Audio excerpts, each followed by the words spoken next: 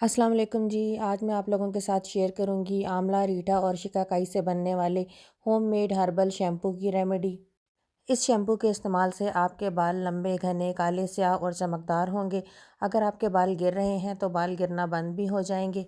और अगर आपके बाल उम्र से पहले सफ़ेद हो रहे हैं तो इस शैम्पू के मुसलसल इस्तेमाल से आपके बाल कुदरती तौर पर काले होना शुरू हो जाएंगे। आंवला, रीठा और शिकाकाई को सदियों से ही हेयर ग्रोथ और हेयर हेल्थ के लिए बेहतरीन माना जाता है। आज की इस रेमेडी में हम कुछ ऐसी जड़ी बूटियों का यूज़ भी करेंगे जो कि नेचुरल कंडीशनर का काम करेंगी, बालों को नरिश करेंगी और इन बालों को सिल्की, स्मूथ और चमकदार भी बनाएंगी। इस मैजिकल होममेड हर्बल शैम्पू को आपके घर के छोटे बड़े, बच्चे, बूढ़े, मर्द, औरतें सभी यूज़ कर सकते हैं। तो चलिए इस होममेड हर्बल शैम्पू को बनाना स्टार्ट करते हैं। ये मैंने 30 ग्राम यानी कि 30 ग्राम ड्राई आंवला लिए हैं, 30 ग्राम ही मैंने शिकाकाई ली है और 30 ग्राम ही रेठे लिए हैं। इन सारे इंग्रेडिएंट्स को पहले अच्छी तरह से वॉश कर लेंगे। आप चाहे जितनी भी अच्छी क्वालिटी की ये इंग्रेडिएंट्स हैं, लेकिन इनमें मिट्टी मौजूद होती है। यही मिट्टी फिर हमारे शैम्पू में जाएगी और शैम्पू से यही मिट्टी हमारे बालों में जाएगी। इसलिए इन सारे इंग्रेडिएंट्स को पहले अच्छी तरह से वॉश कर लेंगे। 2 से 3 दफ़ा अच्छी तरह से वॉश करने के बाद इन सारे इंग्रेडिएंट्स को एक बड़े बॉल में ट्रांसफ़र कर लेंगे और अब इसमें पानी ऐड करेंगे। इन जड़ियों बूटियों को हमने भिगो के रखना है। इसके लिए मैंने 2 लीटर पानी ऐड किया है। 2 टेबलस्पून ही इसमें सूखी गुलाब की पत्तियां ऐड की हैं और 2 टेबलस्पून ही इसमें रोज़मेरी लीव्स ऐड किए हैं।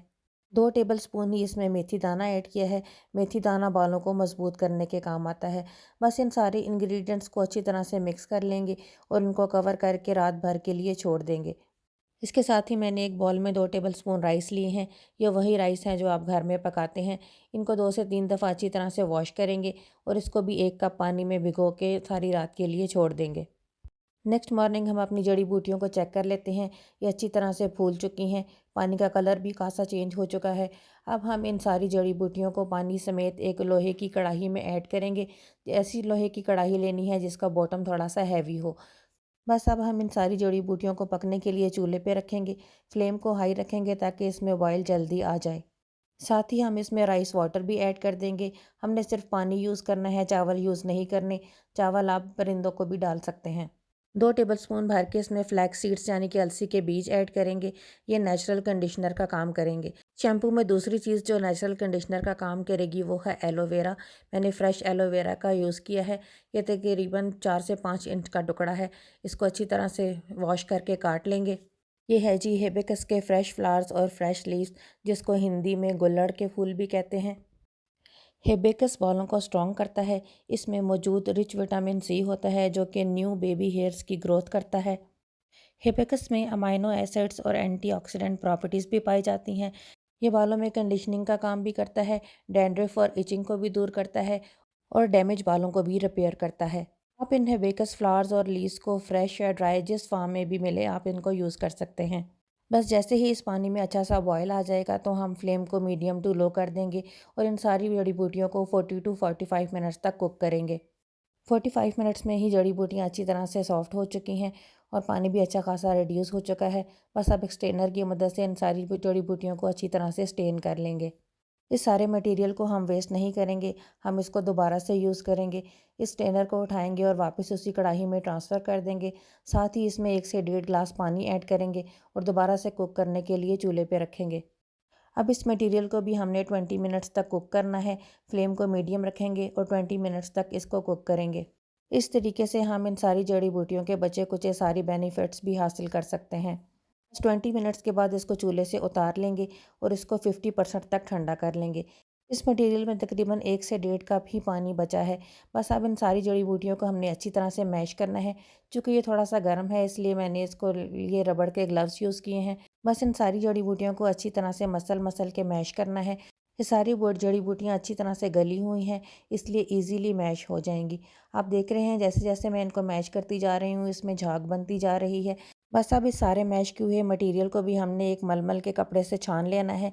इसी स्ट्रेनर के ऊपर एक मलमल का कपड़ा रखेंगे, नहीं तो ये कपड़े का बैग सा होता है, इसको रख लें। इसके अंदर हम इस सारे मैश किए हुए मटेरियल को ऐड करेंगे और हाथों की मदद से हल्का हल्का सा दबाते हुए सारा एक्सट्रैक्ट निकाल लेंगे।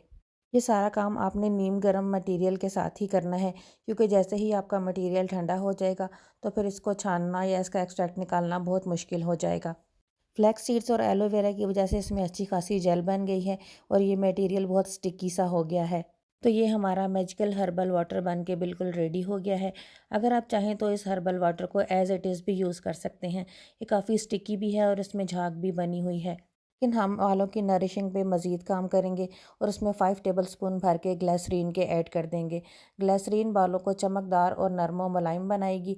जड़ी बूटियों के इस्तेमाल से अक्सर बाल थोड़े से ड्राई हो जाते हैं, इसलिए हमने इसमें ग्लिसरीन का यूज़ किया है। इस ग्लिसरीन को इस हर्बल वाटर के साथ अच्छी तरह से मिक्स करेंगे। साथ ही इसमें 2 विटामिन ई के कैप्सूल भी ऐड कर देंगे। इनको भी इस हर्बल वाटर के साथ अच्छी तरह से मिक्स कर लेंगे। अब इसमें half KG shampoo base use की है। ये केमिकल फ्री शैम्पू बेस है। ये किसी भी पंसार शॉप से ईज़िली मिल जाती है।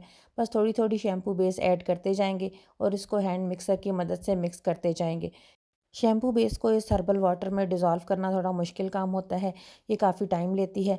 4 से 5 मिनट तक इसको हैंड मिक्सर की मदद से अच्छी तरह से मिक्स करेंगे, लेकिन आपने इसको नीम गर्म पानी में ही मिक्स करना है। अगर आपका हर्बल वाटर थोड़ा ठंडा हो गया है तो इसको गर्म कर लें और गर्म करने के बाद ही इसमें शैम्पू बेस ऐड करके डिज़ोल्व करें। अगर हैंड मिक्सर से आपकी शैम्पू बेस डिज़ोल्व नहीं होती तो आप इलेक्ट्रिक बीटर या हैंड ब्लेंडर का यूज़ भी कर सकते हैं। मैंने भी इस शैम्पू बेस को मिक्स करने के लिए हैंड ब्लेंडर का यूज़ किया है। बस 2 से 3 मिनट में ही इसे अच्छी तरह से ब्लेंड हो गई है और मिक्स हो चुकी है। हमारा होममेड हर्बल शैम्पू तो ऑलमोस्ट रेडी है। इसके ऊपर अभी तो बहुत सी झाग नज़र आ रही है, लेकिन हाँ, जब हम इसको ओवरनाइट का रेस्ट देंगे तो ये सारी झाग नीचे बैठ जाएगी और हमारा शैम्पू बिल्कुल क्लियर हो जाएगा। बस अब इस शैम्पू को कवर कर देंगे और ओवरनाइट के लिए रेस्ट देंगे। नेक्स्ट मॉर्निंग हम इसको चेक कर लेते हैं। आप देख सकते हैं कि सारी झाग नीचे बैठ चुकी है और ये शैम्पू बिल्कुल क्लियर हो गया है। बस इस शैम्पू को किसी भी प्लास्टिक की ड्राई बोतल में डाल के स्टोर करना है। इसको फ्रिज में भी रखने की ज़रूरत नहीं। बस आप इसको नॉर्मल रूम टेम्परेचर पे रखें। ये महीनों चलेगा और बिल्कुल भी ख़राब नहीं होगा। मैं इन बॉटल्स को अपने बाथरूम में ही रख देती हूँ और मेरे घर के सारे फैमिली मेम्बर्स, बच्चे, बूढ़े, मर्द, औरतें सभी इस शैम्पू को यूज़ करते हैं। ये आप देख सकते हैं कि घर पर ही थोड़े से इंग्रेडिएंट्स को यूज़ करके हमने ये ज़बरदस्त सा ढेर सारा शैम्पू बना लिया है। ये शैम्पू हमारे घर के सारे फैमिली मेम्बर्स भी यूज़ करें तो 2 से 3 माह तक ही चलेगा। मैं आपको इस शैम्पू का रिज़ल्ट भी चेक करवा देती हूँ। ये आप देख सकते हैं कि मैंने सिर्फ़ 1 से 2 ड्रॉप ही लिए हैं और कितनी ज़्यादा झाग बन गई है। ये chemical free homemade herbal shampoo आपके बालों के तमाम मसाइल का हल है। इसमें यूज़ होने वाले सारे नेचुरल इंग्रेडिएंट आपके बालों की ग्रोथ के लिए बेहतरीन हैं। तो ये थी हमारी आज की होममेड हर्बल शैम्पू बनाने की रेमेडी। रेमेडी अच्छी लगी हो तो ट्राई ज़रूर कीजिएगा और अपने फ्रेंड्स और फैमिली के साथ शेयर भी कीजिएगा।